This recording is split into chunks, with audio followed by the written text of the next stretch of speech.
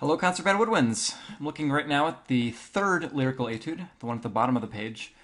Remember that you only need to pick one, so if you're already doing a different lyrical etude, you obviously don't need to prepare this one as well.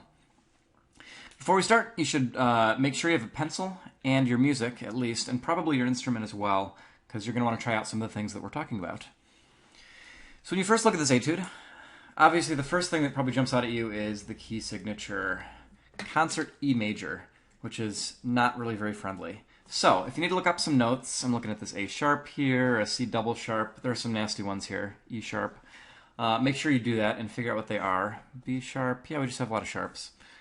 So look them up if you don't know. Second thing is going to be the time signature, right? 6/8. And the metronome marking is dotted quarter equals 48, which is pretty slow. Right? You might be tempted to play to the eighth note, right? 6/8 notes in a measure. But really, because it's got to be flowing, you want this to be in 2, because you're going to play to the beats. You're not going to play to every individual eighth note. So think about it in 2, nice and flowing. Okay, let's look at the first phrase up to here. First thing to go for is just that flowing feel. Get that before anything else. You'll want to include the grace notes in that. So I'm going to play it here in a minute and listen to kind of what I do with those. Make them part of the musical line. Make sure that you phrase all the way to the end of the slur marking. If it was a fast piece, you might kind of cut this off to make room for the next phrase to start. But here, you actually want to take a nice long breath. You can even take a little time there. But whatever you do, just don't cut off that last note too short. Last thing I'll say before I play through a little bit of it is, it says piano here, but if you look, that's the loudest dynamic in the whole piece, right? Then we go the second time around to pianissimo. So don't play too quietly here, or you won't have any room to get even quieter. So I'm going to play the first little bit of it, and then we'll see.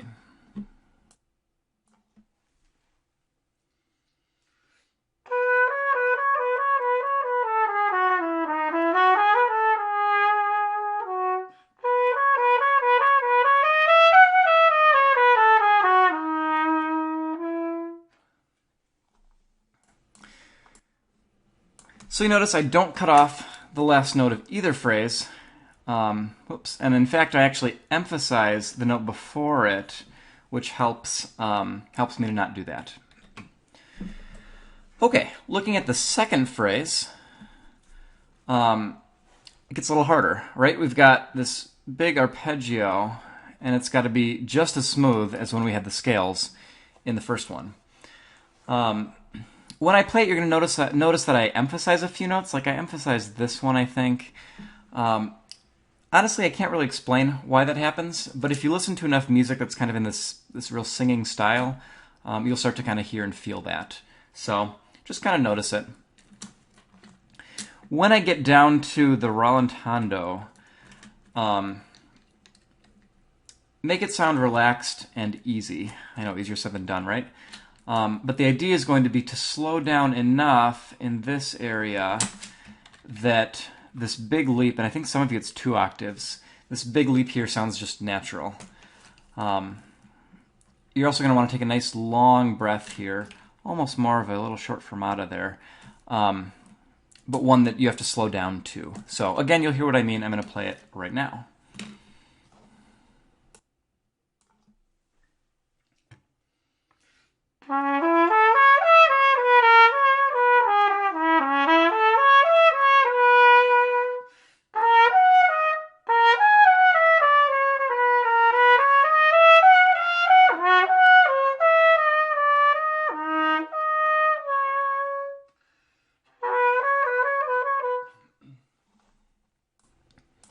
Okay, so you can see here I have a fairly natural kind of slowing down there. I did miss a few notes in the key signature. Sorry about that. Hopefully you noticed.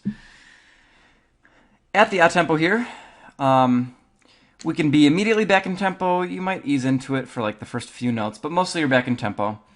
It is exactly the same, actually. This whole part right here is the same as our first phrase. So we're going to do the exact same thing, but it's even quieter this time. So hopefully you didn't play too quietly the first time, and you have room to be even quieter. So really gentle here, and fairly quiet as well. Whoops. Last phrase here. This is actually not the last phrase of the etude, so the ending might sound a little bit off. But the last phrase of our excerpt from the etude, we're going to transition into a minor key, right? G sharp minor, which is where you're going to get lots of nasty accidentals. Because we have now a couple of more dissonant notes, you're going to want to really kind of dig into and emphasize stuff like this C double sharp, which you'll hear as I play it. Throughout this whole thing, hopefully you can hear, I've been kind of phrasing with the musical line. So as the line goes up, you crescendo a little bit. Line goes down, you decrescendo. Get in the habit of that. It works probably 90% of the time, and it's pretty good in this etude as well. So I think that is all I have to specifically say about this. I'm going to play the second half of the etude for you now, just to kind of give you an idea of the things that I talked about. So enjoy this one. This is kind of a nice little lyrical etude, and good luck.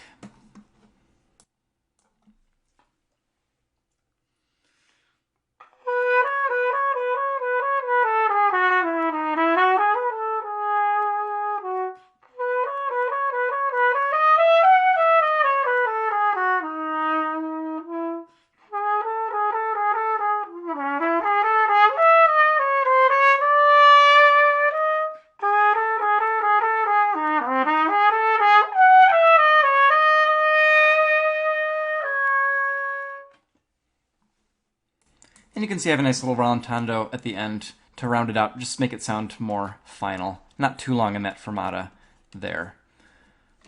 All right.